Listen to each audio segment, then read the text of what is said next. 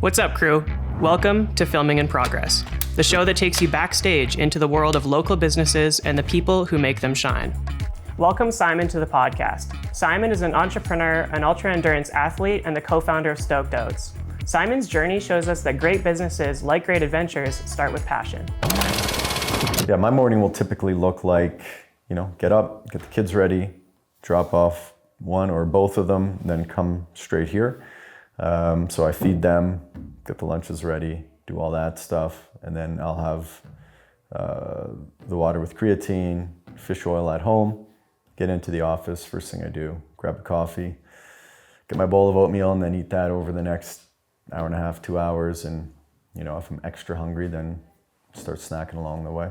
Awesome. Yeah. Has health always been important to you?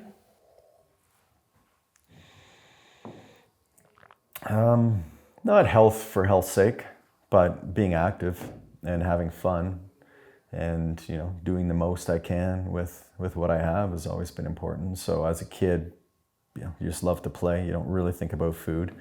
But, as I got older, I realized that, to play football and some of the contact sports that I was into, ski racing as well, having a little bit more mass and strength was only going to help. So that's when I started dabbling with the weight room. You get introduced in high school.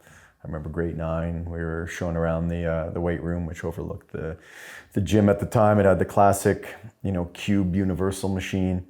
It was just something exciting and different. I remember getting my first protein powder probably 2 years later, and it was the most brutal tasting thing at the time. It was just like, it was, early 90s. So, in London, Ontario, and Canada, there weren't a lot of options at a no frills for protein powder. So, it was just kind of dabbling with it, but, I've always loved playing sports and being active. Not in endurance sports though. I mean, in my younger years, it was all team sports. And then as that kind of played out through university, but I still had that competitive fire, I started finding my way into endurance sports. Awesome. That competitive fire that you talked about. So, I mean, you've had a TV show, you've written a book, you're the CEO and founder of Stoked Oats, plenty of other things I imagine that I'm probably missing that we'll get to. But what started this whole journey? I guess I just like seeing my ideas come to life. I remember probably my first entrepreneurial activity as a kid. I don't know, I've been 6, 10 years old, somewhere in there, and decided I wanted to make it was around Halloween, and I wanted to make ghosts out of toilet or Kleenex. So I just stuff one Kleenex into the next, fold the other one over, and use rubber band or twist tie, put a couple of eyes on it, and then go sell them for, I don't know, a couple pennies, nickels, whatever, around the neighborhood. And I walked our entire crescent, probably with my mom, selling those things and made a few bucks. So, just always interested in just taking the creative concepts and bringing them to life. It wasn't always for money. I remember when we would have been about 16 or 17, where I grew up backed onto a 100-acre kind of ski resort in London called Bowler Mountain. And small hill, but amazing place to grow up, forests and fields. And we were big into volleyball back then and beach volleyball. And we all thought we were going to be beach volleyball players. So behind my house was a moraine. So it was just all this glacial sand that had been pushed up into a pile, and it was just basically a sandbox in the field. So over the course of a few weeks, I just had an army of my buddies who would show up. We had the wheelbarrow going, we had a few shovels, and we basically leveled out this slope behind the house. So cut into the slope, moved it down slope, so we had a nice flat surface, and built a regulation beach court out on the ski club property. Put in some posts, put up our net, marked it out, and then for that entire summer, it was amazing. I would be at work, I come home, and buddies are already in the backyard playing volleyball. And so it was just a mix of doing fun things. So some of it, maybe make a few dollars on. Other things, you just do it because you can or you want to, and why not? And I remember my buddy's dad, who was also my baseball coach, the Durenzis up the road from us. And Craig his nickname was Molasses. It's a good athlete, but moved a little slower than the rest of us. And his dad pulls me aside one day and he's like, I don't know, how you do it, but I could never imagine having him load up wheelbarrows of sand and like move these high volumes of sand, So it's, you just pick up little things along the way that relate to leadership or motivating people, and you don't think about it at the time, but it's about kind of creating a cause that people can get behind and they're willing to give you time, effort, money, knowledge, whatever it is. I couldn't agree more. And I think realistically, everything that you just described there is identifying an opportunity and just kind of running with it with no ulterior motive other than I can do this and I want to do this. Yeah. Is that kind of what translated into everything that you did later in life that you've been, recognized for now? Well, I think so. I've always just tried to do things that I enjoy doing. Growing up, we all go through the kind of internal Q&A where it's like, well, what do I want to do? How am I going to support myself? Do I go to university? Do I do this? Do I do that? And just the pressure I had from my parents was, you're going to go to university. So it's like, okay, I'm going to university. What career do I want? And then it's a mix of what am I passionate about?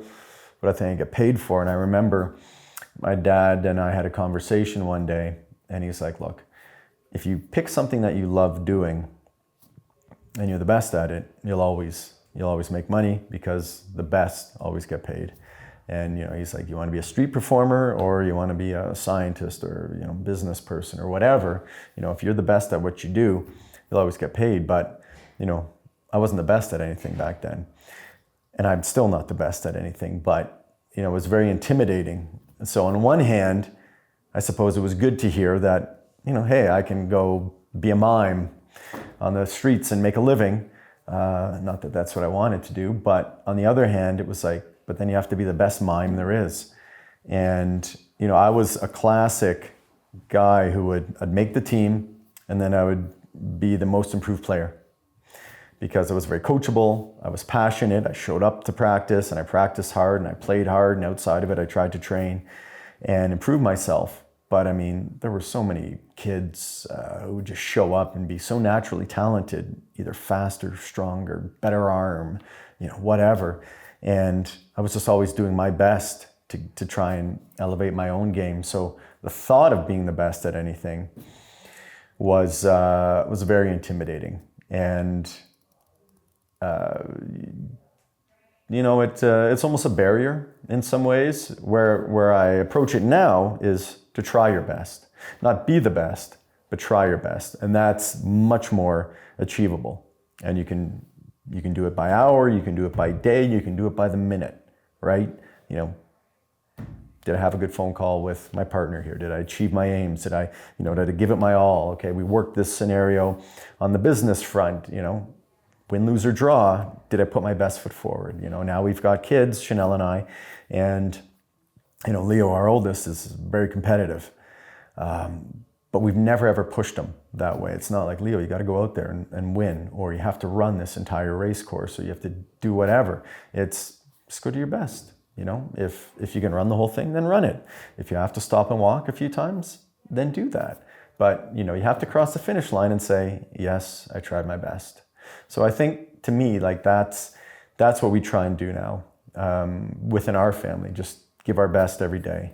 And it's much easier to wrap your head around and far more achievable.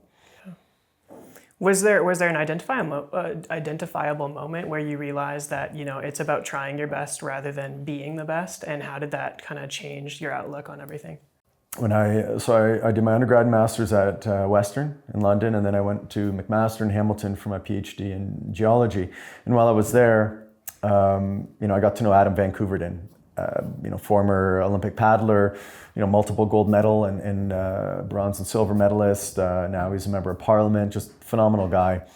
And he was a Max student as well, which was kind of crazy, I think he was in kin at the time, and here he is walking around campus, gold medalist, like no big deal.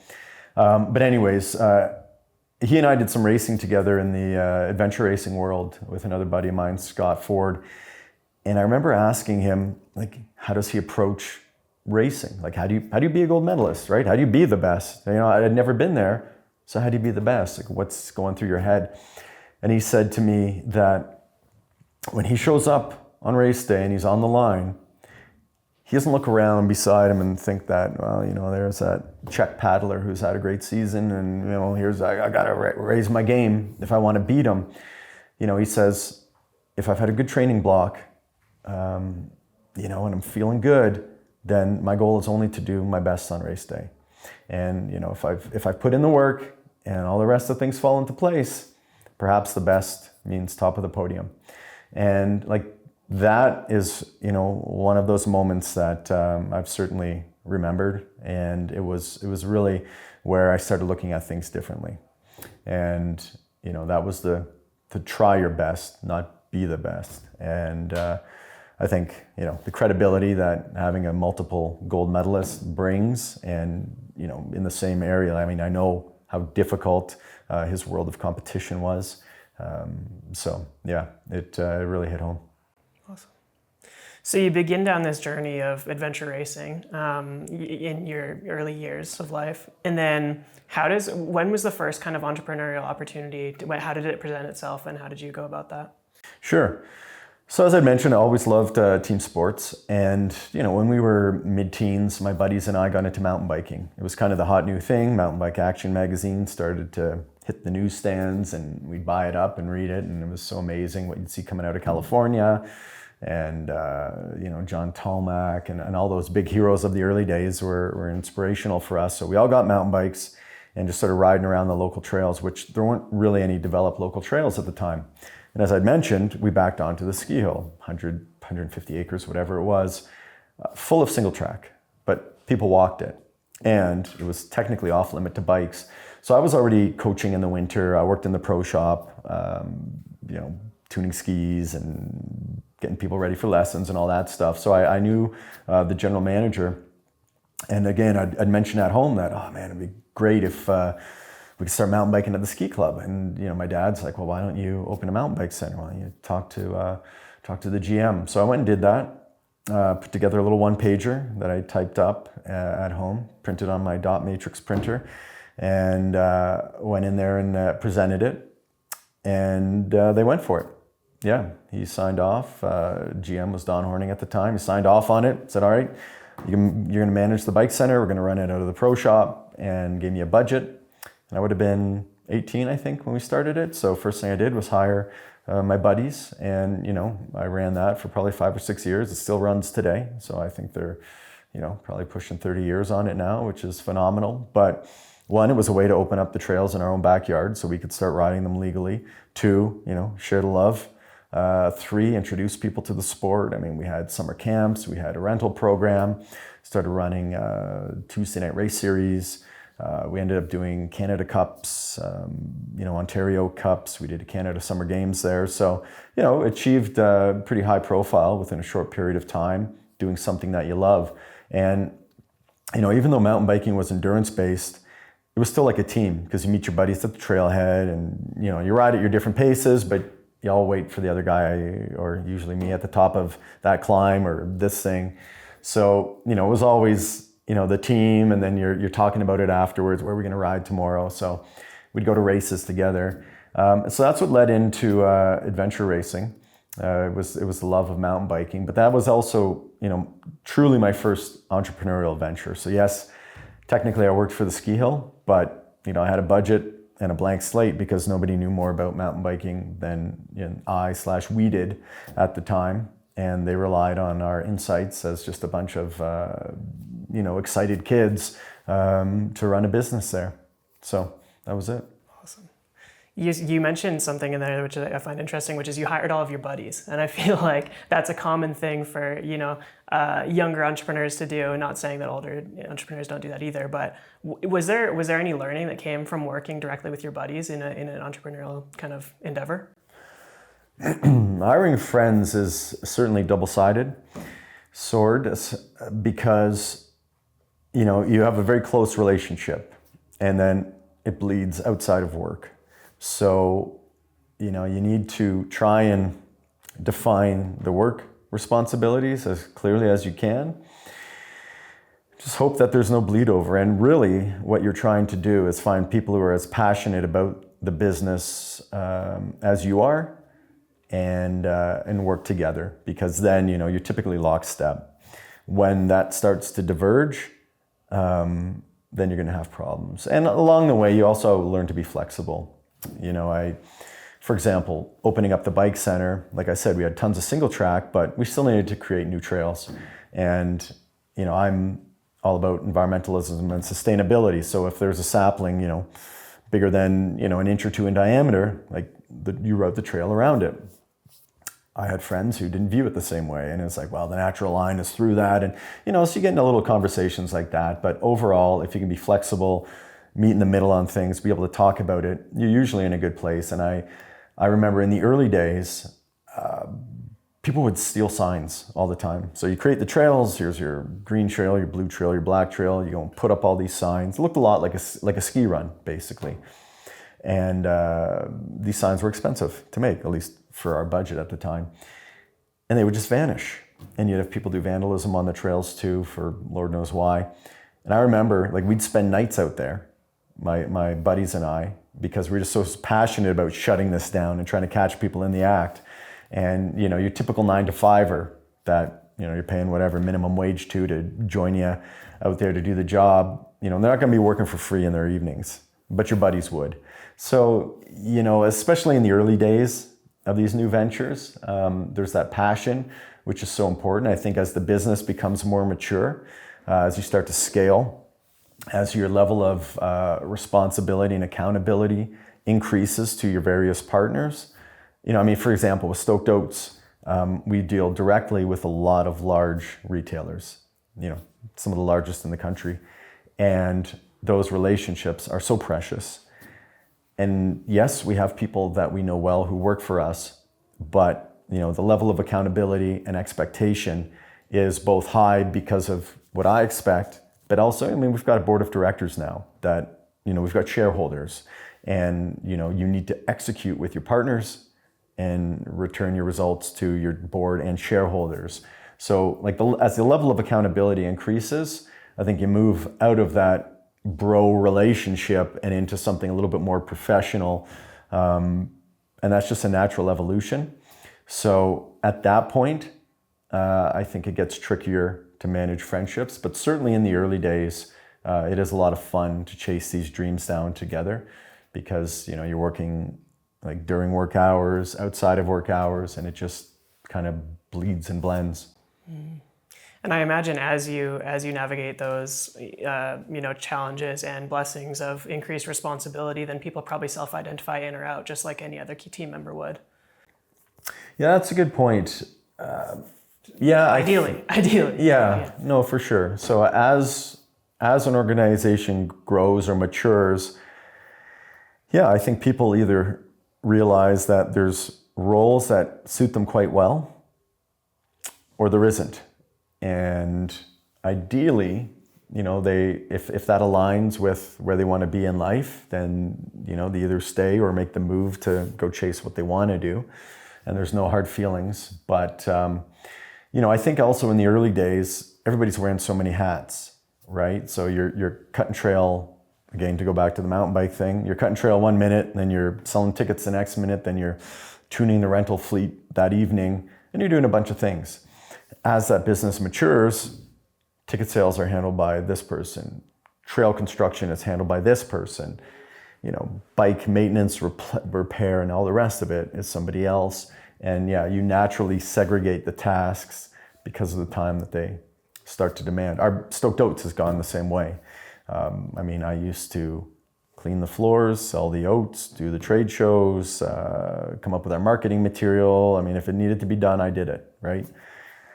I do not do that anymore. There's certain areas that I focus in on, and we've got, a much larger team that handles everything. And if I want information, I typically have to go to them now to get updates. So there was another learning that you discussed early on in the bike days that I want to double click on before we move on, which is navigating maybe conflict or hard conversations, and conflict not being a negative thing, but the sapling, going around the trail rather than going straight through it. That's a critical, thing for an entrepreneur to learn because it only happens increasingly as your business develops and grows. What have you learned about navigating those hard conversations? Yeah, no, navigating the difficult conversations, facing things head on and timely manner is probably the most important thing. It's the most important skill you can develop as an entrepreneur. The reason is that you're making so many decisions. I mean, I view my job not as selling oatmeal, but as solving problems on a day-to-day basis. Biggest problem is, feeding people, right? Helping them solve their breakfast challenges. And now that we're doing oat rice, their meal challenges in the evening. But within that, it's, oh geez, we got an issue with the box company, we got an issue with the pouch company. So you're continually working with people to solve problems. But on the partner and team side of things, identifying areas of friction before they really grow and expand into something that has a much higher potential to flame up. One, that's important, and then dealing with it. So having those conversations, in the early days, like I'd probably just sit on it and stew and, then probably explode when it just got too much. Not the best way to do things. And you alienate people when you're doing that. Now, when we're facing some headwinds in areas, we try and tackle it straight on. And you have to be honest, because ultimately everybody wants the same thing. You want to work for a business that is moving forward, that is, achieving goals in an environment that you feel like you're valued, you're delivering value, and that you are happy and ideally excited, but every day is not a thrill ride, but happy to be going into each day to try and make a difference. And, the hardest thing that any one of us will ever do in our lives is manage our own relationships, be they work, personal, or whatever. So, overall, and, I run the company with my wife, Chanel.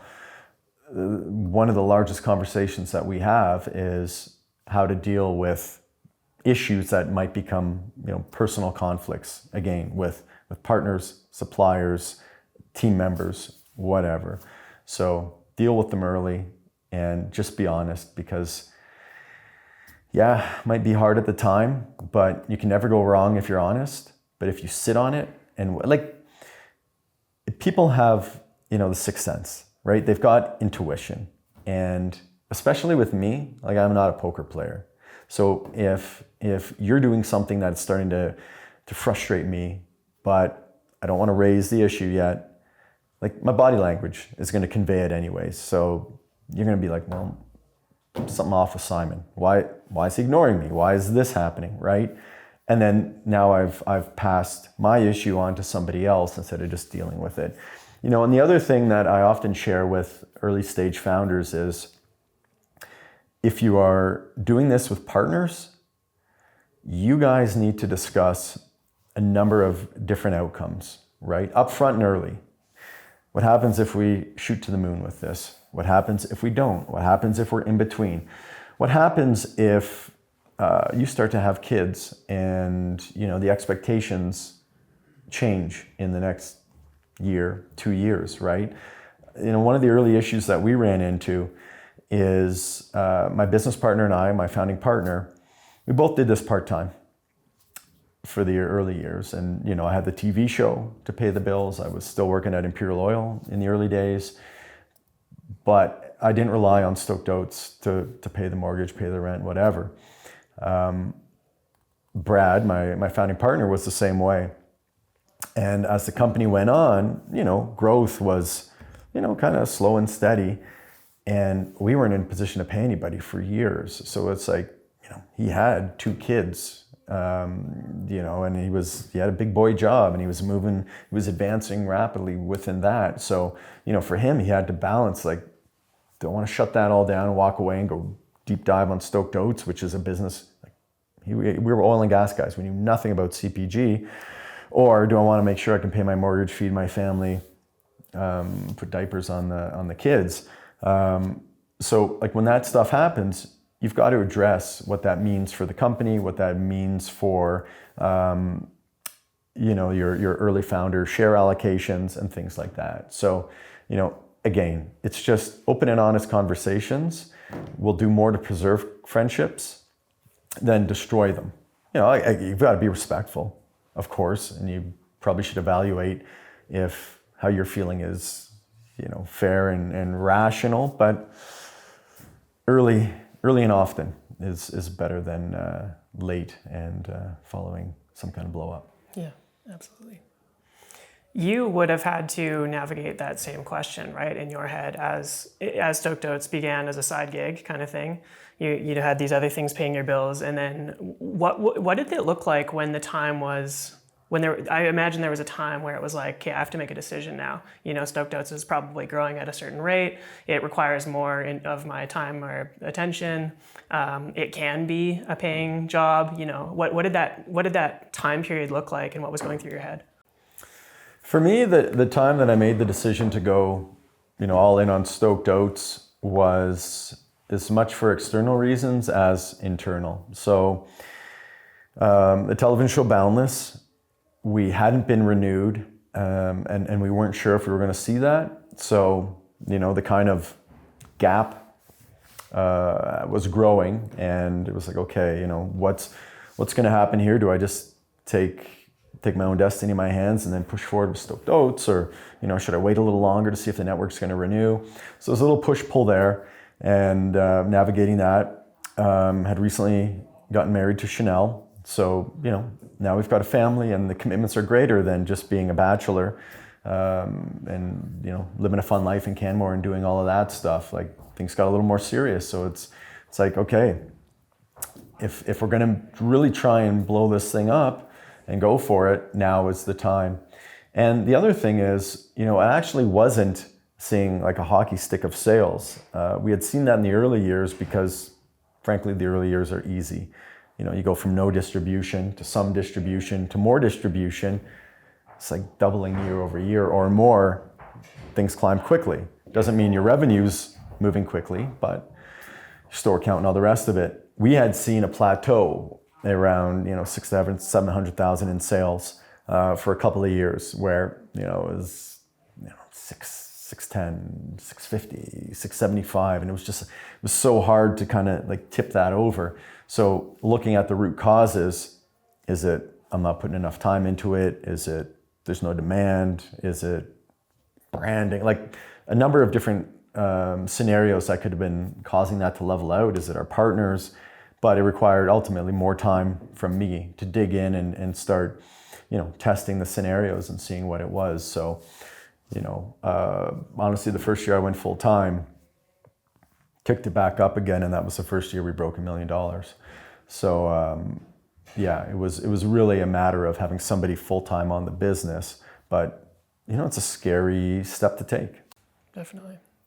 What was the decision maker for you? Obviously, you mentioned there was things that were making things more serious in your life, like your relationship and that sort of thing. But leaving that stability to go to something that's a little bit more unknown, what was that decision maker? Was it passion? Was it? Well, for me to go full time with Stoked Oats, it was really filling a void. Because I'd left the oil and gas industry. That was truly the stability that I had. Did the TV show for the next 4 years, so I had enough kind of supplemental income and everything else to live the life I wanted to live. But when we were faced with will the show get renewed or not, it put into question a lot of the areas that I was frankly pulling a lot of revenue out of. And, did I want to double down and, go all in and try and develop myself as a professional speaker? Did I want to try and push a new show concept? I'd just written a book. Did I want to do a follow-up there? But then I took a step back, and it's like, but I've got a business that, we've been slowly building over the past 5-6 years. Like, let's give that a real shot and see what we can do there. And so that was the big decision maker. And Chanel at the time had a very stable job. She was advancing rapidly through her company, which was a renewable energy company out of South Florida, and she was doing well there. So, I did have the luxury of a little bit of time on my side, but at the same time, I've never been somebody who's into taking handouts or, just kind of getting dragged along. Like, I like to set my course. I like to go chase down the goals, and it was the right time to push forward on Stoked Oats. You mentioned that you co-founded with Brad, if I'm not mistaken. Yep.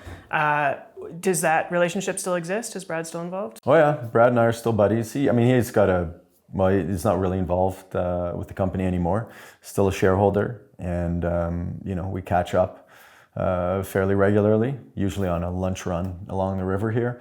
But no, he's extremely busy with his career, his 3 kids and married.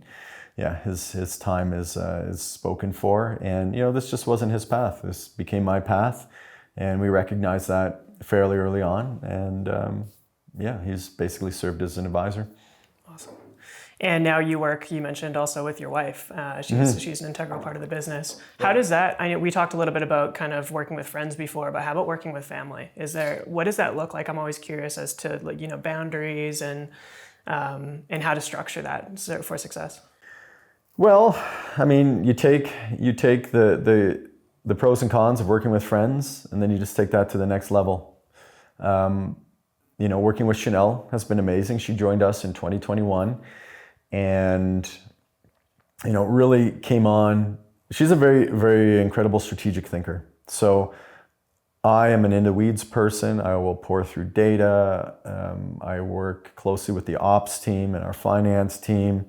I really enjoy the sales aspect as well, but ultimately you hit bandwidth issues, and I was certainly there. So Chanel's come on, and she's now our Chief Growth Officer, and her responsibilities include, everything sales.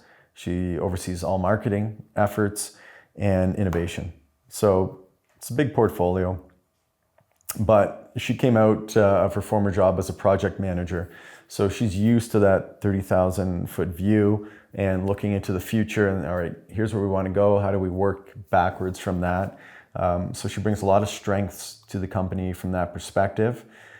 But yeah, there's challenges with boundaries. We put the kids to bed at night, and usually one or both of us will have the laptops open for a period of time before we shut it down. And yeah, when you're both paying the mortgage with the same company that you're working for and running, there's just an added level of stress as the business decisions you make on a daily basis don't just affect the health of the company, but they affect the health of your family as well.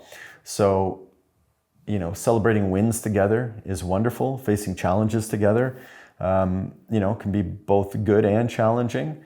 It's great if you're in it together and you're digging in and moving forward. You know that you've got somebody who's as committed to pushing through these challenges as you are. Again, it kind of harkens back to the early days of the mountain bike center, when it was just the bros staying up till midnight or 1 a.m. trying to catch people trespassing on the property and destroying things. Chanel's willing to put in that same level of effort.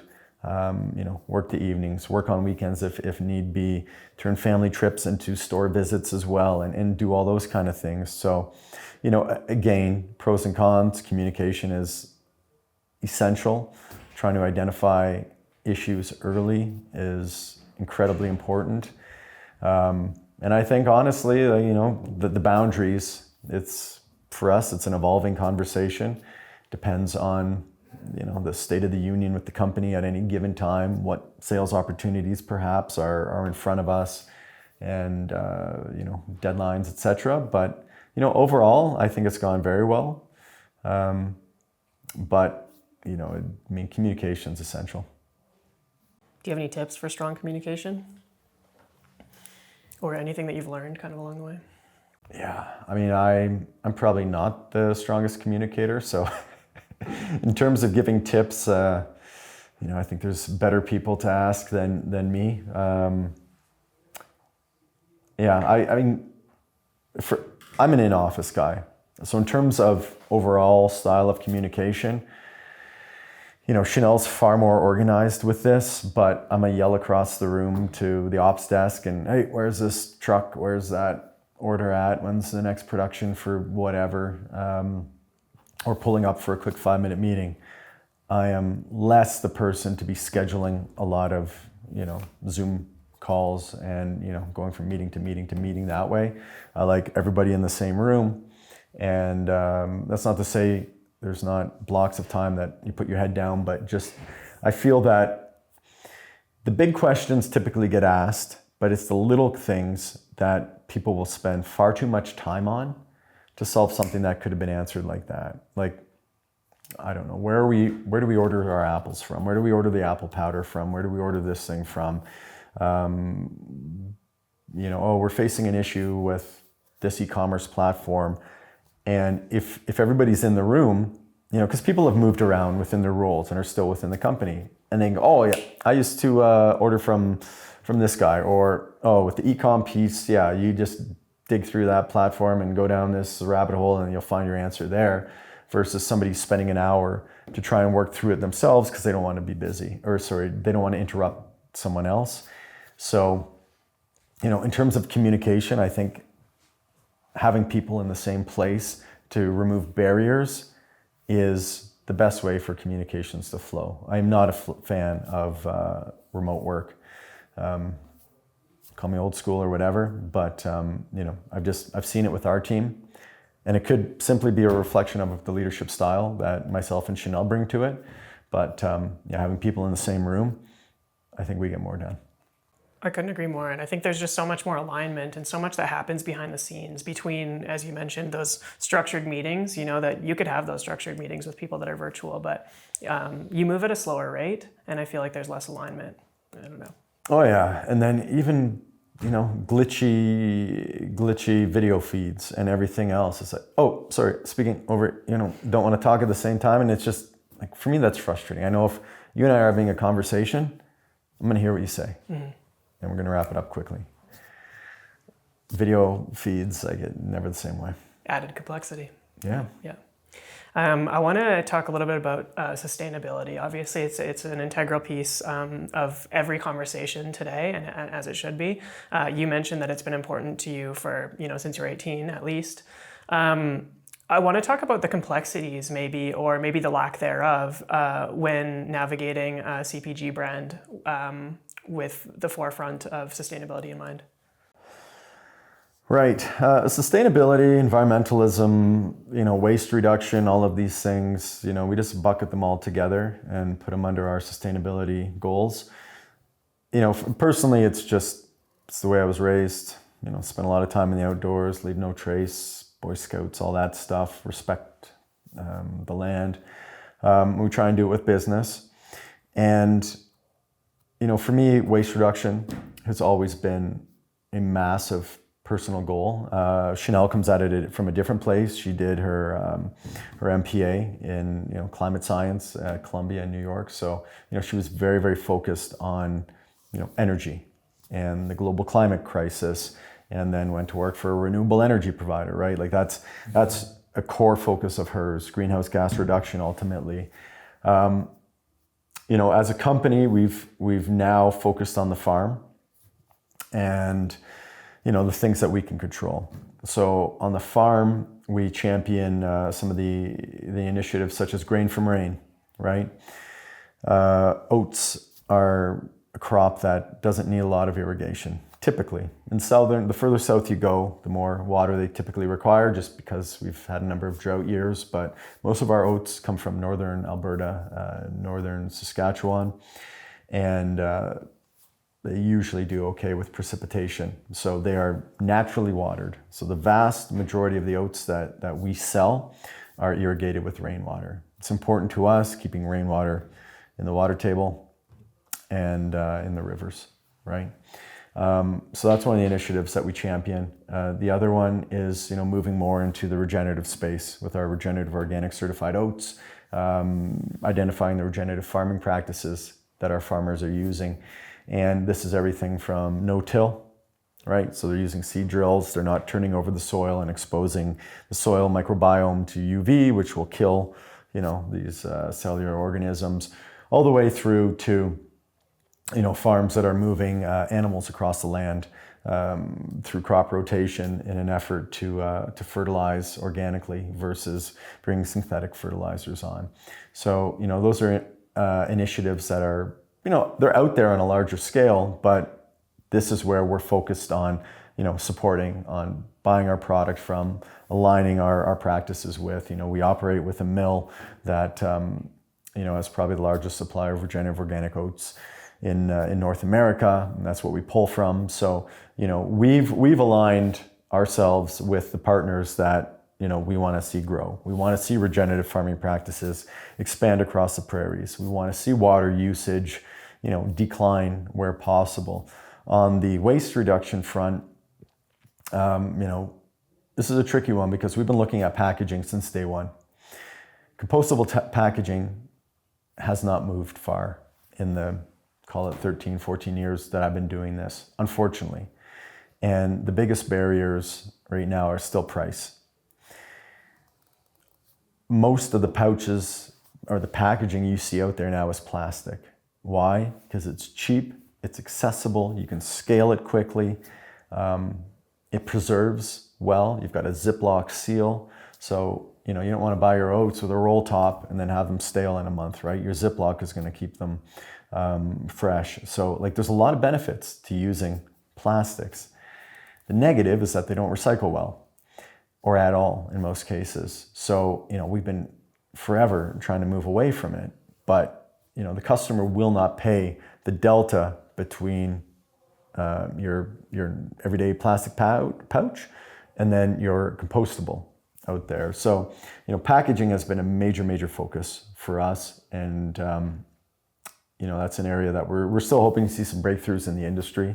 But outside of that, we just try and minimize our footprint as much as possible and really double down on the environmental aspects that come from being a regenerative focused company. Do you think all of these things that you've mentioned, all of these different avenues of sustainability to Umbrella, are important for all businesses to consider in this day and age? Well, personally, yes. I think sustainability should be a core pillar of every single business. But I mean, there's some hard realities out there, like the economics, right? What do you need to do to keep yourself in business, right? That's the question every business owner has to ask himself every single day. And, that often means finding cost savings somewhere in the game, right? We're seeing inflation across the board in the CPG world. If you want to flow through a price increase, you're 90 days out from you sending the letter to your partners, right? Nobody's going to, first of all, they have to accept it.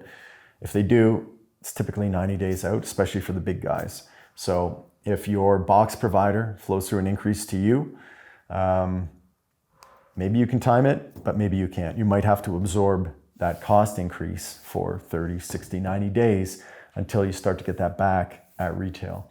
So there's often a disparity between when all these things hit and you can go turn around and recoup your cost, right? Unless you're an e-com business. I mean, we've built ourselves as an in-store CPG company, right? Our e-com piece is quite small compared to the brick and mortar business that we do across North America.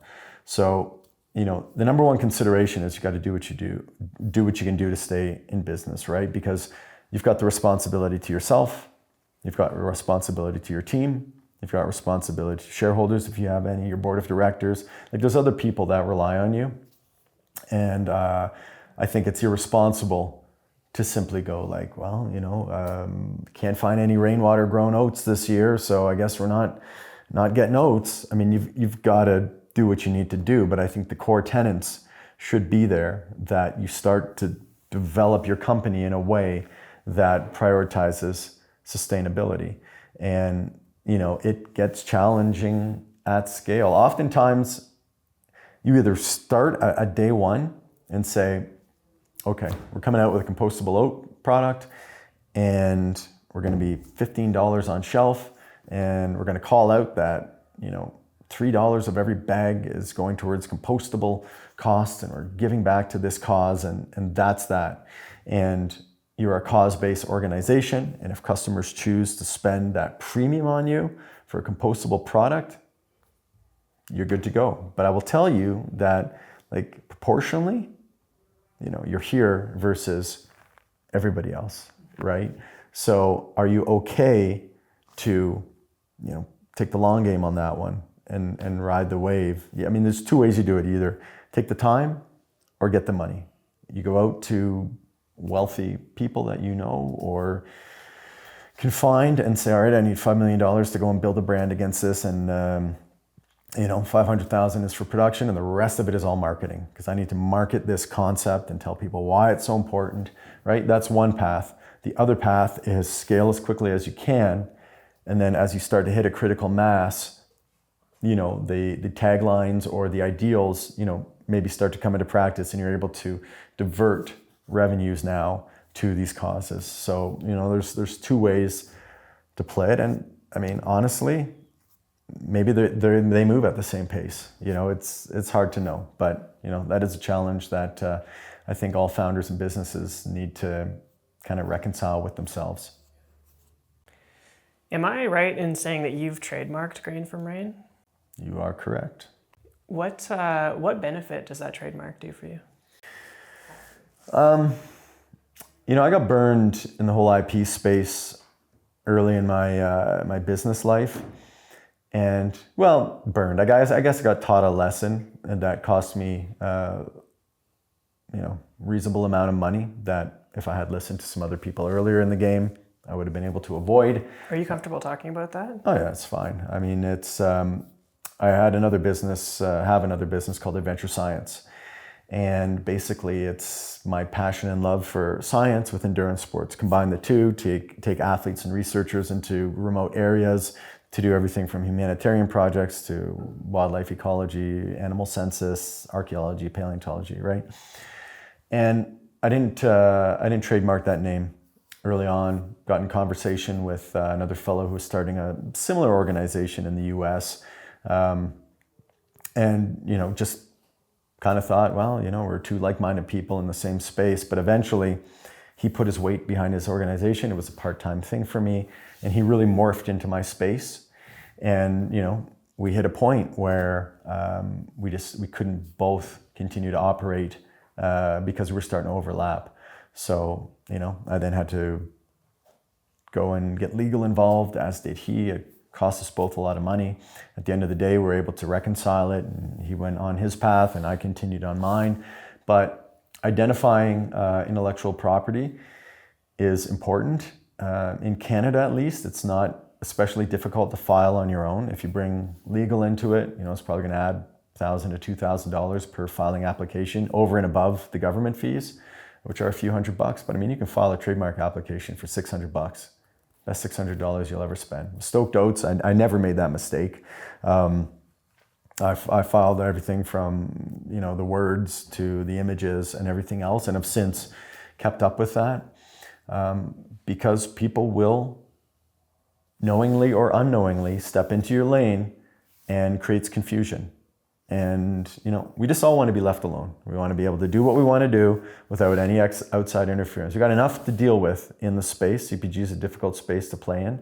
We don't need crossover and mixed messages. I mean, we had an IP dispute with the largest oat seller in North America. And we had an IP term trademarked. It was registered. We owned it through and through. We had decade of history using it, and it was one cease and desist letter to get them to shut down an entire North American marketing campaign. So, having that in your back pocket is incredible. It's powerful, and I think it's important. And hindsight being 2020 was one of the larger learnings of getting into business, owning your intellectual property, having the trademark, submitting on it early, and just trying to keep the lane clear. Now that's only one part of it though. After you do that, you need to police it, right? It's like putting up a fence and putting your signs around saying no trespassing, but then never being on site, never really checking in to see if anybody's trespassing or squatting there, right? You need the guard dogs in the yard to keep people out, in addition to your fence and trespassing signs. So we're continually, looking for violations, and typically it's a quick email, but sometimes you need to go deeper. I'm really glad that you mentioned that. I don't think, maybe I'm ignorant, but I haven't heard a lot of conversation about the importance of IP, and in this day and age of business. Like, I think a lot of people go, there's a lot of education around how to start a business and what you should do first and all these different things, but IP is often overlooked. Yeah, I mean, I never had any formal education on IP. I honestly can't even remember why I started thinking about trademarks and things at the time. Maybe because we thought it was so cool, the name that we come up with for the company, that we should probably figure out how to get a trademark on it. But yeah, it's a very important step to take for every business. Even if your business has like the most weird and unique name in the world, or products in the world, like for us, we don't trademark our recipes. I mean, it's not unique enough. It's not a proprietary blend per se. That's why if you look at the back of most natural products, they're going to have some degree of natural flavoring. I mean, we don't do that, but you flip it around, it says natural orange flavor, right? That's a proprietary formula that has been trademarked by some chemical factory somewhere in the US typically, and you can call it natural orange flavor or natural maple flavor or natural whatever, but you don't list out what's in there, because that's the recipe, right? So there is a little bit of education that comes along with it, but certainly you create a business, spend the extra $500,000, go get your trademark in the system. It'll protect you in the long run. Awesome. I want to chat a little bit about time management. I mean, you've got all these different things going on. You've probably, since focused them down. I know that you had the TV show, you've written a book. We talked about this a little bit earlier. How do you go about managing your time and deciding maybe prioritization? Yeah. Well, having a background as an athlete, you get used to fitting in your workouts and everything else. So I've always been good at usually finding the time to get the things done that I need to get done. I will say that prioritization is still a work in progress for me, because I tend to really focus in on the burning issues, regardless of importance. It's just my natural predilection. I like to go there. Whereas somebody like Chanel, she has a very, very clear view of like, what are the biggest bangers for the business. If we lock down this next Costco contract, that's an extra whatever. We just locked down a cereal contract with a US retailer, national US retailer. It's going to be big. And, it's like all the other noise should fall away to focus in on that massive opportunity, which is basically $1 million opportunity. So like, she's very good at that. I think me being so operationally focused, looking at the details, I tend to get in there and want things to be perfect. So I'm always spinning the dials. But in terms of prioritizing time, I think it's much better to follow Chanel's style, where we only have so much of it. So you need to identify the most important projects, identify your timeline to ensure that you execute well, not just execute, but execute well on it. I mean, classic under promise, over deliver. And then you work your way back from there, right? Whereas I will just stay up for 24 hours and try and get everything done, which is not a healthy way to do things. I mean, I do it because I can. Not everybody has, the same kind of energy, and there's nothing wrong with that. But one, yourself, your limits to a degree, and then, take the Chanel approach, focus in on the most important ones and give them the proportionate amount of time. You said something earlier that I find really interesting, and that was that you focused on brick and mortar, like in person, and it's increasingly simple. I don't want to simplify because that's unfair, but it's a low barrier to start a business with e-com these days. Whether it's and you've decided to go the opposite route. Can you tell me about why and kind of what made that decision? Well, the reason we've gone brick and mortar versus e-com is like multifaceted.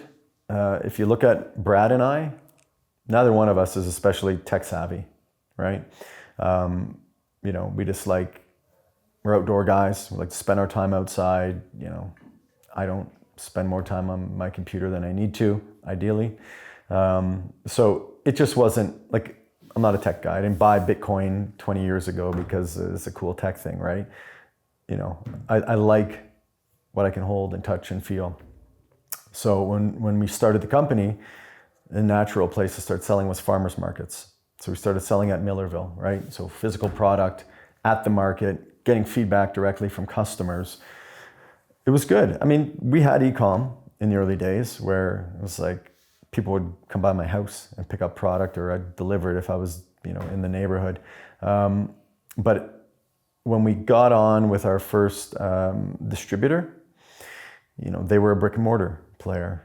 So the mentorship that we received coming into this industry, as oil and gas guys and athletes, was more, we deliver boxes to retailers. We don't really have much of a e-com presence. We can't really mentor you in, here's how you develop an e-com sales channel. So I think part of it was that just wasn't our inclination based on who we were. And I think the other side of it is the distributor company in Calgary called Planet Foods, just the mentorship and experience and expertise they had was brick and mortar. And then, we started moving a lot of product into retailers. So it was naturally, that's where our focus went. And again, with both Brad and I working at part-time, it's okay, you look at your revenues, and if 80-90% of it are coming from the grocery stores, then let's double down there versus, I only have a limited amount of time and I'm trying to build an additional sales channel off to the side for something that I don't truly understand, don't want to spend a lot of time to learn to understand, where, I do understand the grocery business and I'd rather learn that and go deeper there, because I can see that getting into Sobeys, Safeway, Loblaw, Co-op, all those guys, I can see my product on the shelf. I see how it moves. I understand that. So yeah, I think there were probably two causes for that one. But had we started the business, so we started selling in 2012, had it been 2016, 2018, could have been a completely different approach. So yeah, e-com, super low barrier of entry, challenging to get word of mouth out there, to build an e-com brand now. You need a lot more money today than you used to. But certainly I would say it's on par with the farmer's market. You can kind of replicate the experience through e-com, and a farmer's market, a good market for us. We do about $1,000-1,200 in a 4-hour period of selling the oatmeal. So that'd be per week. So if you look at e-com, so maybe you're making $4 or $5 a month. Could be reasonable. Don't know. Yeah, awesome. Trust the numbers. Trust what you're good at. Trust the people that are around you, right? I think that's so true. There's so much we can do in life, right? And it's important to get better in your weak areas, for sure. But if you are strong somewhere, I think it's just more important to double down, right? I'm much better if I get up in front of the crowd and start talking about oatmeal and singing the virtues and everything else, versus if I try to teach myself how to code and build websites and optimize, funnels and all those things, which I have no clue how to do. I have no desire to learn them. I mean, that's stuff that I would happily outsource to somebody who's passionate about that. Whereas my passion is getting in front of people and talking about why the product is so great, and talking about the athletes and others that we've supported over the years and things like that. So, I want to understand how that works from a high level so I can ask some questions. But I recognize where my strengths are, and I try and push hardest in that area. What does success look like to you? Success for this business has never actually been about money. I think the money follows, the goal, which is, if you eat oats, I want Stoked Oats to be in your pantry. Simple as that. We're the best product in North America. Extremely clean, extremely healthy. There's been a lot of thought and care put into all the blends. The product range has expanded greatly in the last 5 years thanks to Chanel coming on.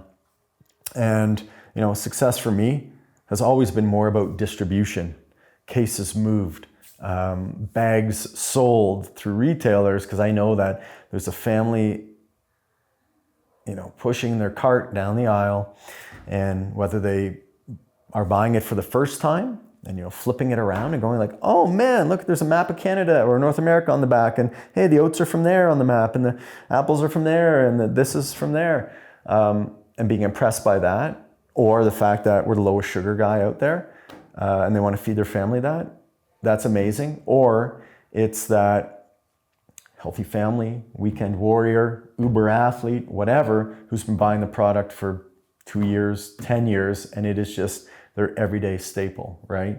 To me, that's exciting.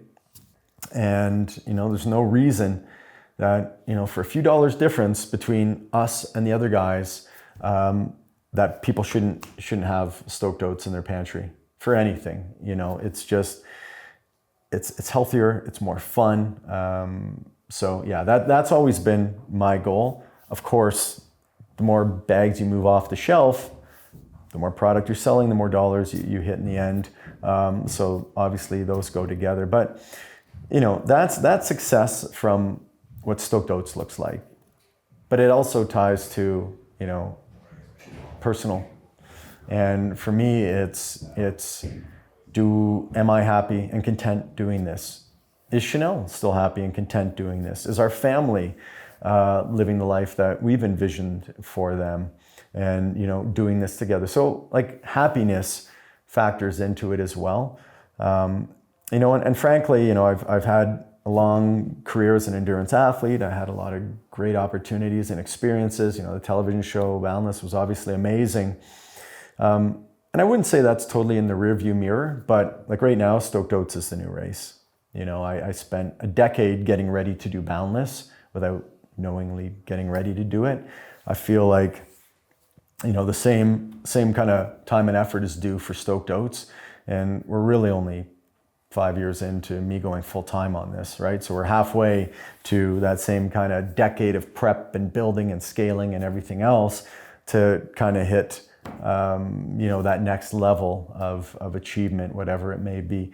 So, it's got a lot to do with happiness. The day that I don't want to come in here anymore, is probably the day for me to find something else to do. But, it's a roller coaster for sure, but I still love solving the challenges and, pushing things forward and, getting those wins. It's still as satisfying as, when we were racing.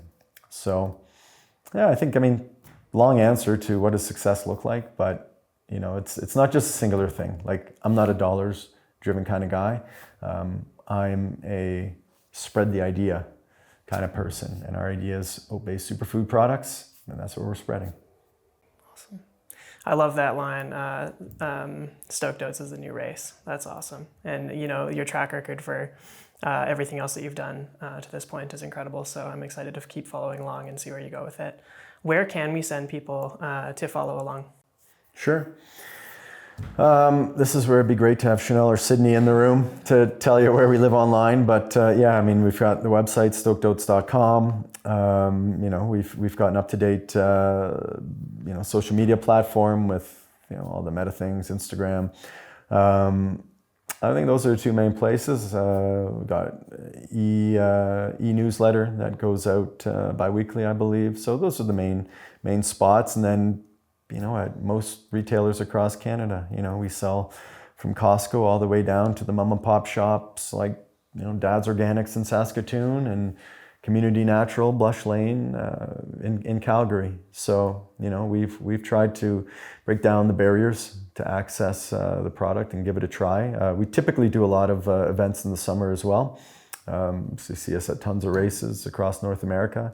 And we do our best to get in front of people. Definitely. Yeah, be where your market is, and you're doing a great job of that. So we're trying. Thanks so much, Simon. This was an awesome conversation. Sometimes an hour doesn't feel long enough to get into all the nooks and crannies, but maybe we'll have to do a part 2 or something down the line. So I appreciate your time today. Follow up with our next big breakthrough. Let's do it. Okay. Well, thanks so much. Thank you. Yeah.